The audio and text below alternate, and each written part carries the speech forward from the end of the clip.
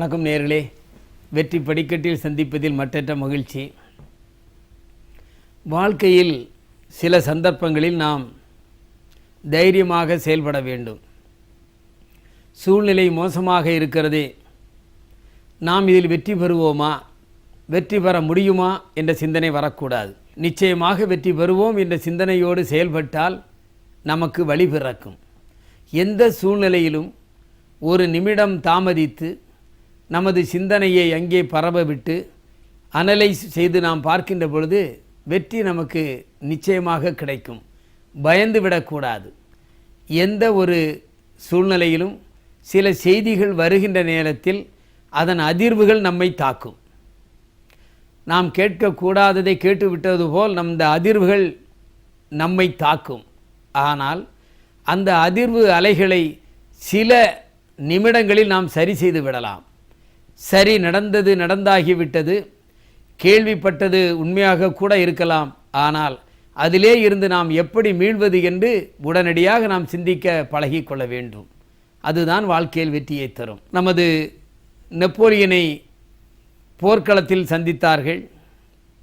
போர்ப்படை தளபதிகளெல்லாம் கேட்டார்கள், நெப்போலியன் அவர்களே, நீங்கள் பல காரியங்களில் எப்பொழுதும் வெற்றியாளராக இருக்கின்றீர்கள், எப்பொழுதும் பல வகையான சிந்தனைகள் இருக்கின்றீர்கள்.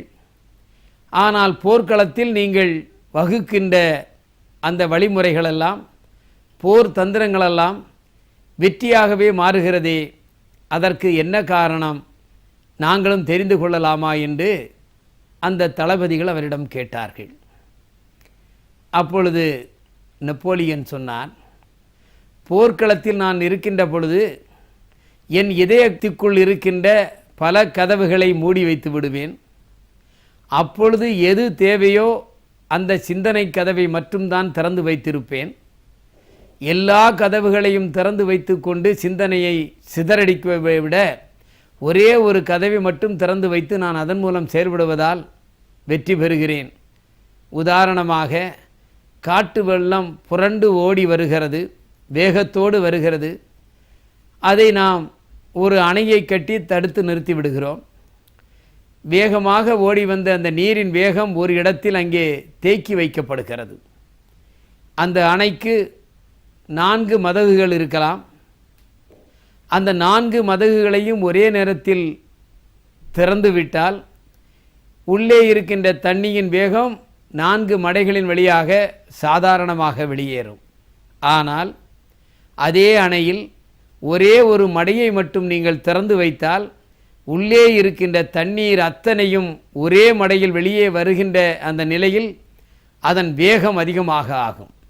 வேகம் அதிகமாகின்ற நேரத்தில் சக்தி அதிகமாக பிறக்கிறது. எனவே பேரிட்டு பாய்ந்து அந்த வெள்ளம் வெளியே வருகிறது.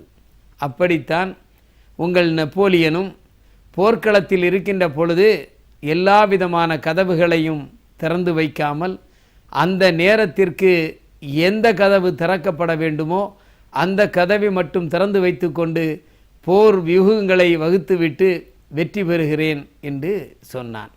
இது எல்லோருக்கும் பொருந்தும். ஒரே நேரத்தில் பல சிந்தனைகளில் செயல்பட்டு கொண்டு இருக்கக்கூடாது. சாதாரணமாக இருக்கின்ற நேரத்தில் பல சிந்தனைகளை நீங்கள் சிந்திக்கலாம், 1க்கு 4 கூட சிந்திக்கலாம். ஆனால் செயலில் வருகின்ற பொழுது எந்த செயல் முக்கியமோ அதை மட்டும் நாம் சிந்திக்க வேண்டும். அந்த செயலை மட்டும் சிந்திக்கின்ற பொழுது அந்த கருத்து ஆழம் ஒருமுனைப்படுத்தப்படும். சிந்தனைகள் சிதறாமல் அந்த கருத்துக்கு வலுவூட்டுவதாக இருந்து அது வெற்றியை தரும்.